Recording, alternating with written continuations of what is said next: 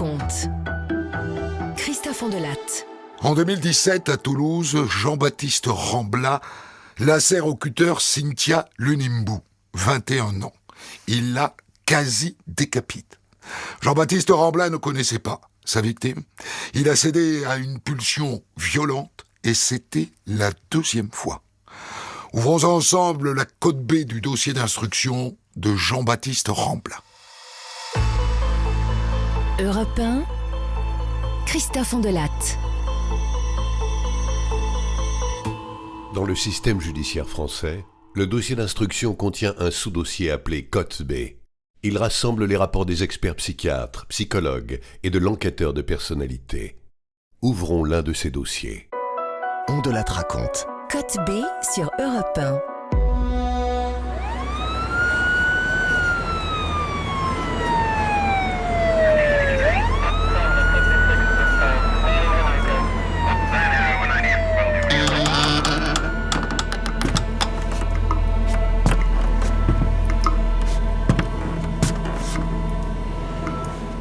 Le 27 juillet 2017, dans le centre de Toulouse, Cynthia Lunimbu baigne face contre terre dans son sang. La jeune femme est dénudée et elle a 8 plaies béantes au cou et au thorax. Les murs de son appartement sont maculés de sang. La scène de crime est d'une violence inouïe.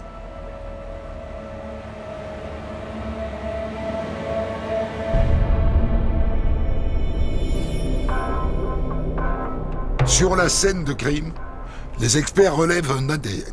Et c'est celui de Jean-Baptiste Rambla, 50 ans, qui est en libération conditionnelle. 9 ans plus tôt, il a été condamné à 18 ans de prison pour le meurtre d'une femme à Marseille. Avant d'être un tueur, Jean-Baptiste Rambla a été une victime dans une affaire hyper médiatisée des années 70, l'affaire Ranucci. En 1974, sa sœur Marie Dolores a été enlevée sous ses yeux et tuée par Ranucci. Alors, Jean-Baptiste Rambla, moi j'en avais personnellement jamais entendu parler. Et donc, qu'est-ce qu'on fait quand on a un nom qui sort ? De suite on le passe dans nos fichiers au niveau des antécédents judiciaires. Major Stéphane Mazolier, police judiciaire de Toulouse. Bon, déjà, on voit qu'il est né à Marseille. Au niveau antécédent, on voit qu'il est connu pour une affaire de meurtre sur Marseille. Et on voit que là, il est en libération conditionnelle depuis 2016, suite à cette affaire de meurtre qui termine sa peine sur Toulouse.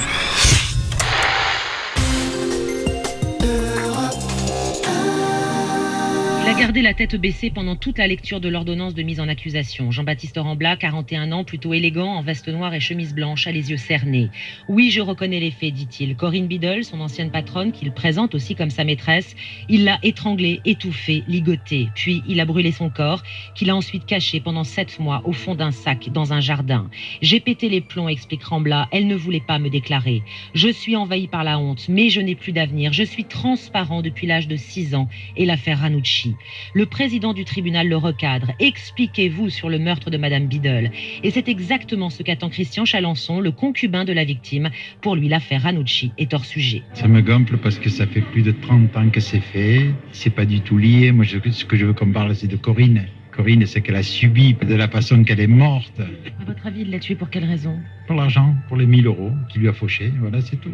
1000 euros parce qu'il a besoin d'argent pour jouer aux courses, pour s'acheter son shit. Il y en a qui se font tuer pour 10 euros, pour 20 euros. Elle s'est fait tuer pour 1000 euros, quoi. Crime crapuleux ou geste de panique, la cour attend des explications.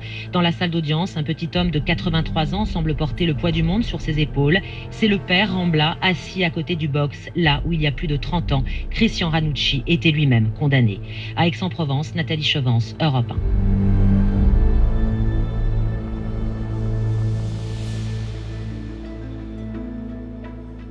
Code B1, casier judiciaire de Jean-Baptiste Rambla.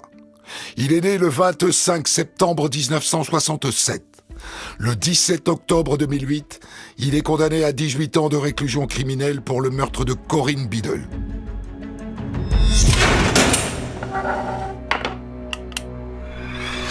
C'est quelqu'un qui n'est d'apparence pas violent, quelqu'un qui est assez bien habillé, bel homme, qui s'exprime correctement quand il doit le faire. C'est quelqu'un que vous pouvez croiser dans la rue, vous pouvez accorder une confiance totale dès les premières minutes où vous discutez avec lui. 21 juillet dernier, Cynthia est sauvagement assassinée chez elle à Toulouse. Son meurtrier n'est pas un inconnu. Il s'agit de Jean-Baptiste Rambla, un homme profondément marqué par l'assassinat en 1974 de sa sœur Marie-Dolores, alors âgée de 8 ans. C'est l'affaire Ranucci. En 1974, Jean-Baptiste, alors âgé de 7 ans, est l'unique témoin de l'enlèvement de sa sœur Maria Dolores, dont le corps est retrouvé un peu plus loin dans un terrain vague.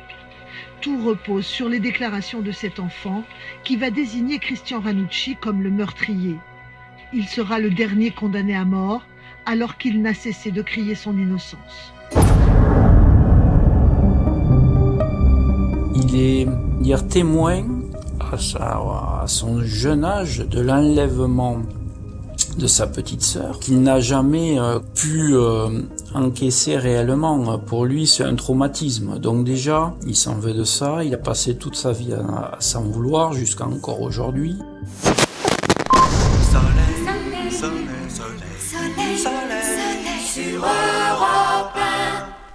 Le monsieur est arrivé avec une voiture, il m'a appelé avec ma soeur.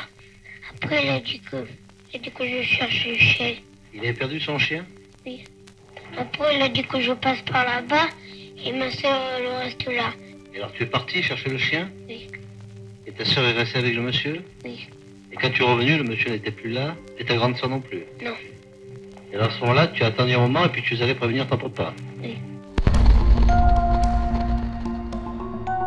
Jean-Baptiste Rambla, de toute façon, une fois qu'il a été placé en garde à vue chez nous, cette affaire Ranucci, il la met toujours en avant. En fait, comme il l'a vécu, et on peut le comprendre, hein, à l'époque, hein, il était tout jeune, en fait, c'est un traumatisme. C'est quelqu'un qui... j'allais dire un jeune adolescent prostré, renfermé, timide, qui avait du mal à avancer dans sa vie d'adulte. Tout simplement, il était resté à ce traumatisme, sa sœur qui disparaît, qui est enlevée, tuée, et voilà, il nous le resservait au cours notamment de la première audition. Voilà, il voulait nous faire croire qu'il était victime de la société, qu'on n'a jamais écouté sa parole. Donc très vite, il a fallu quand même basculer dans les faits pour lesquels il a été placé en garde à vue, parce que nous n'avions que 48 heures. Écoutez, monsieur Rambla, j'entends bien que l'enlèvement, le meurtre de votre petite sœur vous a traumatisé. Soit. Mais là, vous êtes en face de nous pour le meurtre de Cynthia Lunimbu. Vous l'avez massacrée. C'était pas moi. Je la connais pas. Oh, monsieur Rambla, arrêtez de fixer le sol. Regardez-moi. Regardez-moi. On n'est pas en 1974 aujourd'hui. C'est de vos actes, du massacre de Cynthia que nous parlons.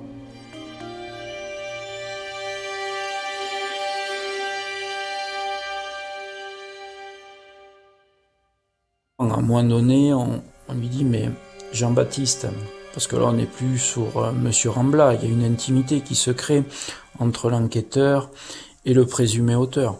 On lui dit, Jean-Baptiste, tu te rends compte ce que tu as fait subir à cette victime? Tu te rends compte? Et là on voit qu'il commence à réagir, il regarde un peu vers le sol, mais de façon un peu plus, on va dire, active. Et je lui dis, mais Jean-Baptiste, je pense que c'est le moment, tu dois la vérité à tes parents, tu dois la vérité à ta famille. Tu ne peux pas laisser les parents d'une victime sans réponse.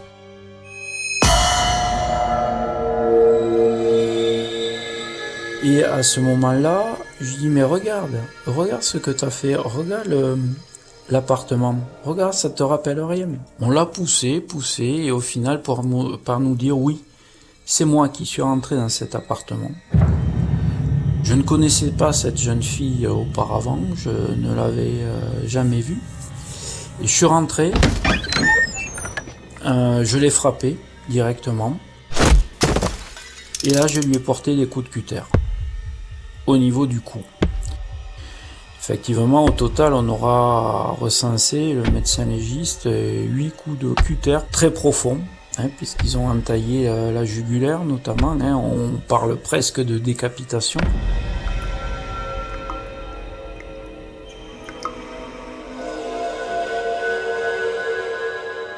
Ordonnance de mise en accusation. Jean-Baptiste Rambla a insisté sur le fait qu'il n'avait pas violé la victime, même s'il convenait l'avoir déshabillée après avoir déplacé son corps. Monsieur Rambla prenait une douche sur place pour se nettoyer du sang de la victime dont il était maculé. Il vidait plusieurs bouteilles de nettoyant ménager trouvées dans l'appartement en pensant ainsi effacer ses traces. Et enfin, Jean-Baptiste Rambla jetait au sol du linge trouvé sur place pour faire croire à un cambriolage.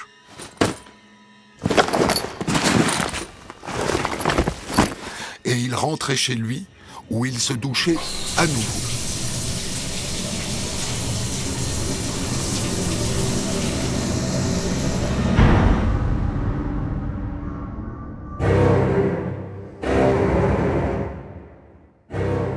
En garde à vue, Jean-Baptiste Rambla explique son déchaînement de violence contre Cynthia Lunimbu par une vengeance.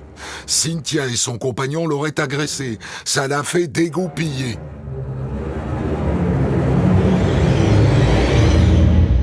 Pour les policiers, cette explication ne tient pas. Cette agression n'a jamais existé. Le mobile est complètement futile. Il a eu juste une nouvelle pulsion meurtrière en fait. Une pulsion meurtrière, l'envie de tuer, de trouver une proie. Mais ce jour-là, malheureusement, c'est tombé sur Cynthia Lunimbu, qui ne le connaissait pas. Et ce qui m'a le plus touché, c'est son manque d'empathie en fait. Il a jamais présenté d'excuses, pas de regrets. C'est là où je vous dis que on est face à un prédateur, quelqu'un qui, par moment a cette pulsion, cette envie de tuer et qui n'a pas de regrets ou d'explication face à ce genre de geste en fait. Il reste froid et muet puisque à l'issue de cette dernière audition, on arrive à lui faire dire cette vérité, mais il l'a dit de façon linéaire. Son expression est très calme, très posée, sans regret. Voilà, comme si c'était quelque chose de normal qui venait de se passer, quoi. Nous, on le qualifie de prédateur. C'est un prédateur. Quand vous avez une pulsion, une envie de tuer, c'est avant tout un prédateur. Pourquoi il a cette envie de tuer? Est-ce que c'est en lien avec l'enlèvement de sa sœur et le meurtre de sa sœur? Nous, on n'est pas à même de le dire, on n'est pas psy. Par contre, effectivement, c'est un prédateur. C'est-à-dire à partir du moment où cet individu est en liberté, il peut commettre à tout moment un meurtre. Peu importe, je dirais, le profil de la victime. En fait, le profil, il s'en moque. C'est cette envie de tuer, à un instant T qui ressurgit. Quand l'enquête de personnalité de Jean-Baptiste Rambla arrive dans nos services, en fait, c'est quand même une enquête qu'on attend, nous, en tant que professionnels, parce qu'on est quelques-unes à être assez fascinées par l'affaire Ranucci. On se dit que forcément, c'est quand même une affaire hors du commun. Et c'est une enquête qu'on a envie de mener, quoi, et de faire, toutes. Gaëlle Caro, enquêtrice de personnalité. Ce qui intrigue, c'est effectivement de savoir comment ce petit garçon, qui n'est que témoin des faits à l'époque de Ranucci, devient un criminel par 2 fois. Et notamment après avoir été condamné une première fois. Ce qui est assez rare finalement. Moi, je fais le choix, comme très souvent, de ne pas lire le dossier avant d'aller rencontrer Jean-Baptiste Rambla, parce que j'aime bien arriver neutre, en tout cas le plus neutre possible, puisque pour cette affaire, on a quand même certaines choses en tête. La première fois que je le rencontre, c'est à la maison d'arrêt de Seyss.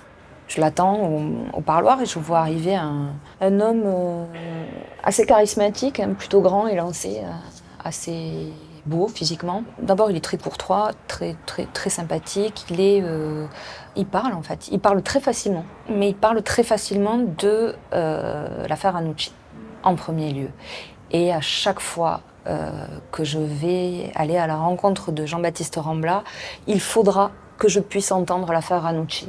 C'est-à-dire que pour avoir accès à Jean-Baptiste Rambla, parce que moi, ce qui m'intéresse quand même, c'est la personnalité de cet homme, je dois en passer par l'énoncé de ce passé. Alors tu es parti chercher le chien? Et ta sœur est restée avec le monsieur? En 1974, Jean-Baptiste, alors âgé de 7 ans, est l'unique témoin de l'enlèvement de sa sœur Marie-Dolores, alors âgée de 8 ans. C'est l'affaire Ranucci. Quand tu es revenu, le monsieur n'était plus là, et ta grande sœur non plus. Non. Tout repose sur les déclarations de cet enfant qui va désigner Christian Ranucci comme le meurtrier. Il sera le dernier condamné à mort, alors qu'il n'a cessé de crier son innocence. Ce qu'il dit, c'est que ses premiers souvenirs, c'est à l'âge de 6-7 ans, c'est-à-dire au moment où sa sœur se fait enlever. Avant ça, il n'y a pas de souvenir. Donc ça vient quand même cristalliser quelque chose pour lui dans son histoire. Et tout part de là pour lui.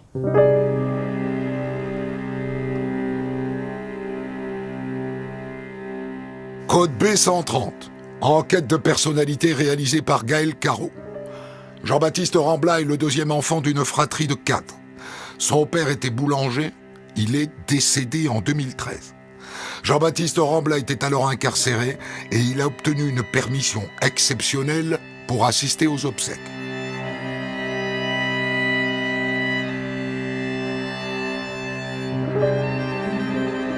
On a une famille d'immigrés espagnols qui est une famille plutôt modeste, avec des valeurs basées sur le respect, une famille plutôt classique et structurante, un père un peu sévère.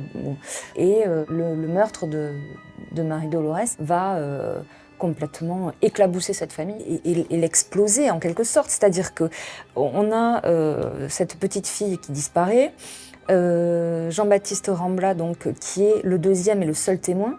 Et derrière, il y a des jumeaux qui, eux, ne vont pas être impactés, ou beaucoup moins que Jean-Baptiste Rambla, puisqu'ils sont plus petits, puisqu'ils ne sont pas témoins, etc.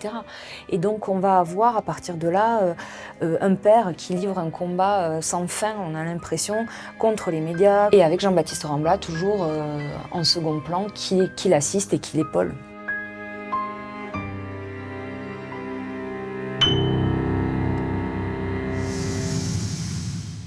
Mon père, il avait horreur. Horreur de tout ce qui était dit sur Ranucci et son innocence possible. Il supportait plus ça. Ça le mettait dans une rage folle. Et il m'a transmis cette colère. Ado, avec lui, j'allais brûler les kiosques à journaux qui relayaient ces conneries. Le drame a changé la donne. Toutes les conneries déblatérées par les journalistes ont rendu notre vie impossible.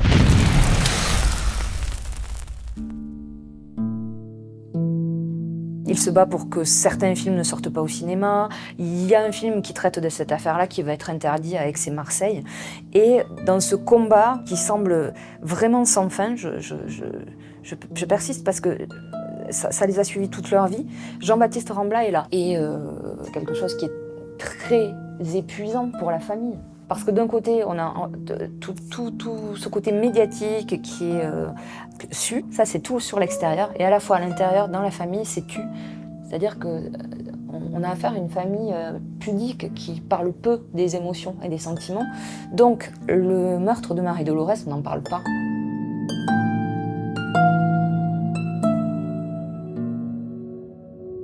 Il y a une souffrance palpable qui est là sans cesse dans cette famille, avec des mots qui ne sont pas posés dessus, ce qui est assez difficile pour des enfants.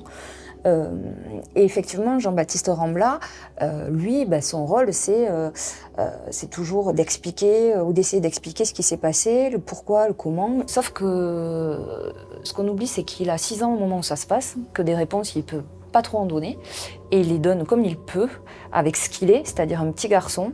Et donc c'est un petit garçon qu'on questionne et qu'on re-questionne sans cesse. Et puis ça devient aussi un adulte qu'on questionne. C'est-à-dire il doit toujours apporter des réponses concernant cette affaire Ranucci. Toute sa vie, ça sera à lui qu'on posera des questions. Ce qu'il dit, c'est « j'ai vécu dans l'ombre de Ranucci ».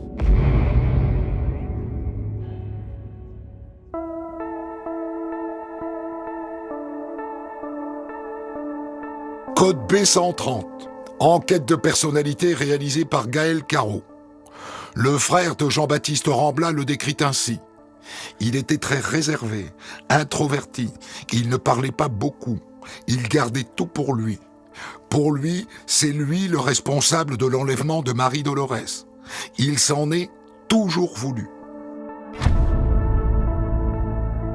Jean-Baptiste Rambla, il naît dans une famille qui communique peu ses émotions et ses sentiments.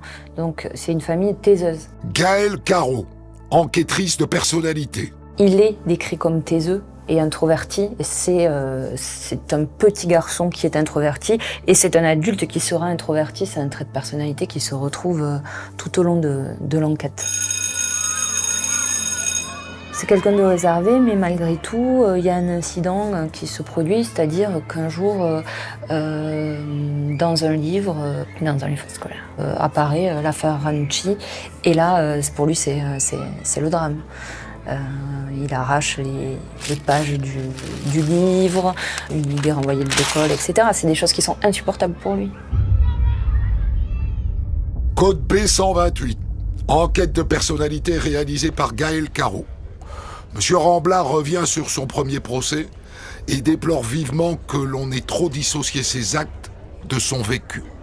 Il dit « J'ai pas été défendu. J'ai pas fait appel pour pas refaire vivre le procès à mes parents et j'engrange encore plus de haine. On ne m'a pas entendu sur mon passé. En face, ils m'ont défoncé. Je suis encore le petit Jean. Je me suis retrouvé en pâture dans cette arène théâtrale. »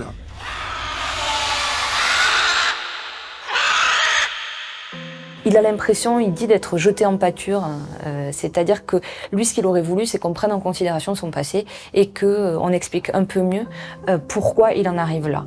Or, le juge, a priori, en tout cas c'est son vécu, le vécu de Jean-Baptiste Rambla, c'est que cette affaire est décorrélée de son passé et qu'on se cale sur les faits et pas sur ce qui a amené aux faits, puisque pour lui, effectivement, il y a une logique dans ce qui s'est passé lorsqu'il était enfant et dans la manière dont il peut se conduire en tant qu'adulte. Pour lui, c'est une deuxième injustice. Il donne un peu l'impression que c'est une quête sans fin, c'est-à-dire qu'il y a quelque chose qui n'est pas résolu avec le meurtre de sa sœur. Il faut toujours en parler. Même moi, dans mes entretiens, on en parle, on en reparle. Je pense que sur une demi-journée d'entretien, on va dire c'est 3 heures, 3h30, on peut facilement parler de l'affaire Ranucci pendant 2 heures. Et je sais que si j'écoute pas ça, j'ai pas accès à autre chose. Parce que pour lui, je crois que ce qu'il est au moment où je le rencontre et la compréhension de sa personnalité ne peut passer que par l'explication de son passé.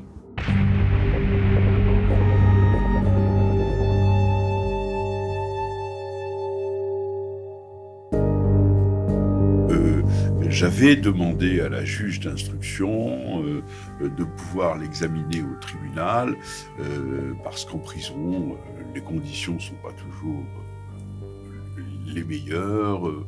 Docteur Daniel Zaguri, expert psychiatre. Et Jean-Baptiste Rambla, qui n'était pas au courant de tout ça, est arrivé très irrité, en demandant pourquoi j'étais pas allé à la prison. Donc je lui ai expliqué que je souhaitais pouvoir le voir longuement, dans de bonnes conditions. Mais le premier temps d'examen était effectivement marqué par une espèce d'agacement, d'irritation de sa part. Code B171. Rapport d'expertise psychiatrique du docteur Daniel Zaguri. Interrogé sur les faits tels qu'il les a admis lors de l'instruction, Jean-Baptiste Rambla me répond qu'il a avoué au dernier interrogatoire des policiers. Mais avant d'aller aux faits, il y a ce qu'il appelle tout un vécu. Il faut qu'il en parle auparavant. Il a été marqué par la vie, par l'affaire Ranucci. Et il dit, à la maison, chaque fois que l'on parlait de l'affaire Ranucci, on tuait à nouveau ma sœur.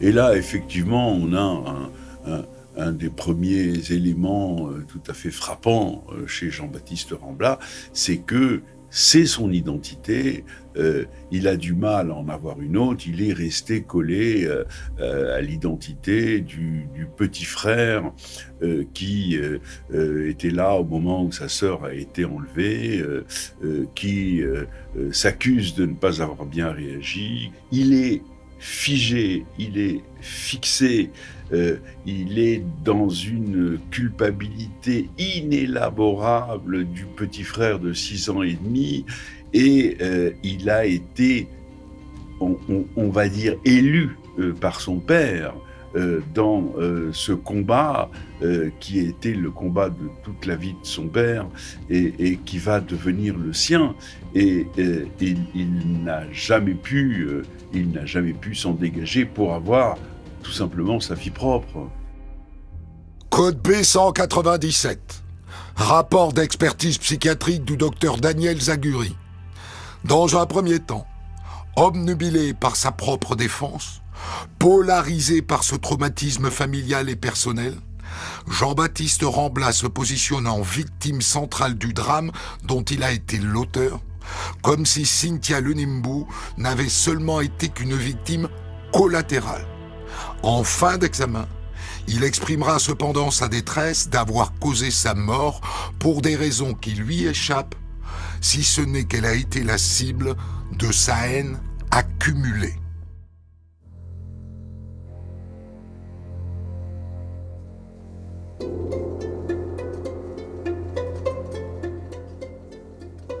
À aucun moment, Jean-Baptiste Rambla n'a légitimé ou justifié d'une façon quelconque son passage à l'acte criminel. Il est lui-même en face d'une énigme. Il est lui-même dans l'incapacité d'établir le lien. Néanmoins, il ne peut que parler de cette identité qui a été la sienne et dont il n'a jamais su se dégager, justement pour acquérir l'identité d'un sujet autonome capable de mener son existence, parce qu'il a toujours été fixé, rivé à cette histoire. Il la raconte et il la re-raconte et il dit qu'il va s'en dégager pour parler d'autre chose, mais il ne le peut pas et il y revient. Vous savez, docteur, pour tout le monde, je resterai le petit frère de Marie Dolores, ce témoin impuissant de son enlèvement. À tout jamais, je suis ce gamin de 6 ans et demi.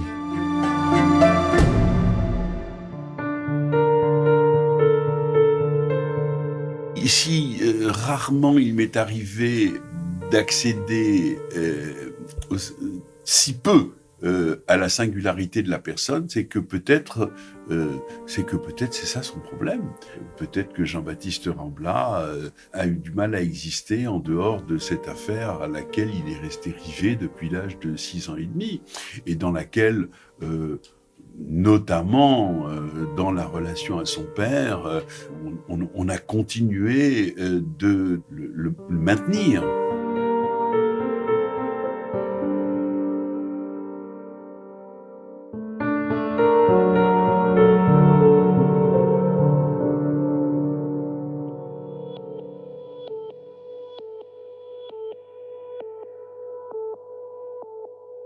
À 54 ans, Jean-Baptiste Rambla se retrouve pour la deuxième fois devant la cour d'assises.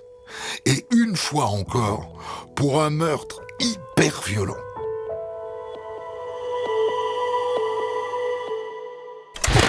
Jean-Baptiste Rambla est invité à s'exprimer sur sa personnalité.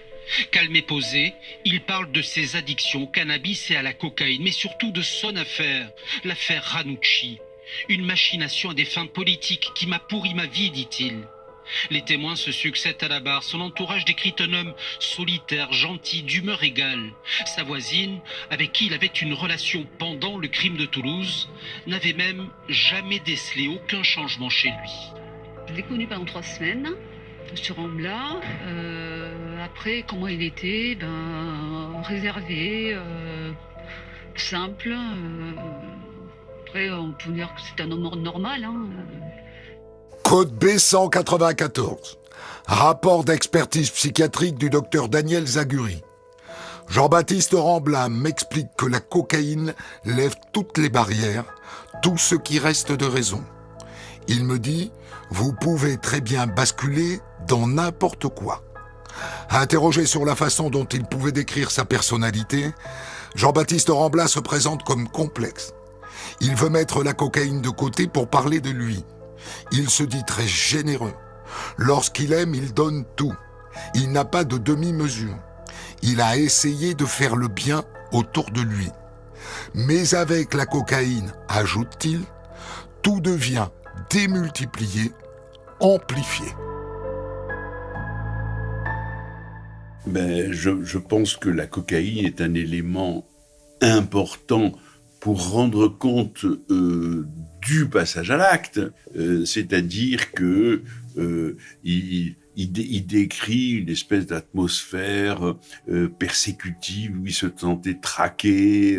On peut penser que la cocaïne a été un élément important, ça a été un élément supplémentaire de facilitation du passage à l'acte. Mais le passage à l'acte lui-même, il est lié, je pense, à cette zone psychique de destructivité, de violence accumulée, un petit peu comme l'image qui m'est venue à ce moment-là, comme celle du baril de poudre en attente de l'étincelle qui allait le faire exploser. Jean-Baptiste Rambla, 53 ans, arrive dans le box des accusés et déjà la question du passé est au cœur des débats. Comment cet homme, autrefois victime, qui a porté la culpabilité de la disparition de sa petite sœur, puis la culpabilité de l'exécution de Christian Ranucci, comment cet homme a-t-il pu à 2 reprises basculer dans le crime ? Son passé n'explique pas tout selon sa défense, mais il ne doit pas non plus être ignoré. Maître Frédéric David, avocat de Jean-Baptiste Rambla. C'est pas la faute du passé, c'est la faute de Jean-Baptiste Rambla, de façon pleine et entière. La difficulté, elle est pas là. Elle est que de vouloir nier ou minimiser l'importance de ce passé dans ses passages à l'acte et ultimement dans son dernier passage à l'acte. On ne peut pas dire qu'il n'y a pas de lien et on ne peut pas dire que ce lien est exclusif. Il faut accéder à une part de complexité un peu plus grande. La France entière a eu de la compassion pour ce petit garçon de 6 ans et demi, pris dans de tels enjeux. Et il y a ensuite des facteurs d'organisation psychique.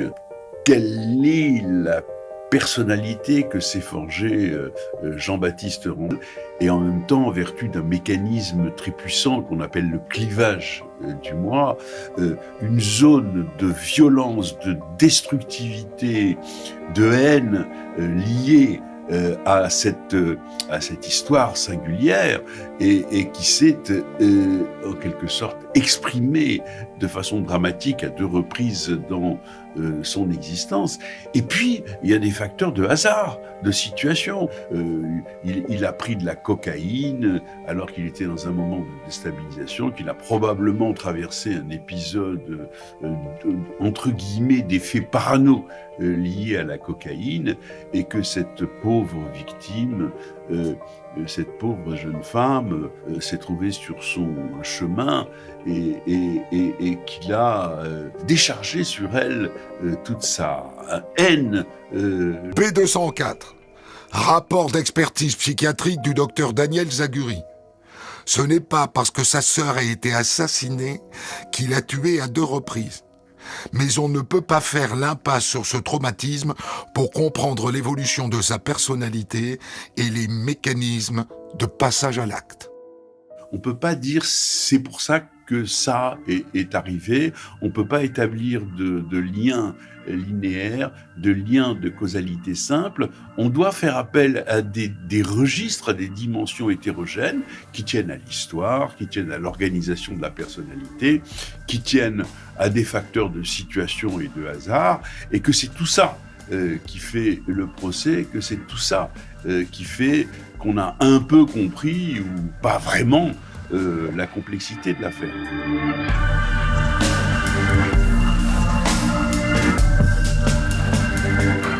En décembre 2020, Jean-Baptiste Rambla est condamné à la réclusion criminelle à perpétuité pour avoir égorgé Cynthia Le Nimbo. Jean-Baptiste Rambla fait appel et 11 mois plus tard, il se ravise et renonce à un second procès.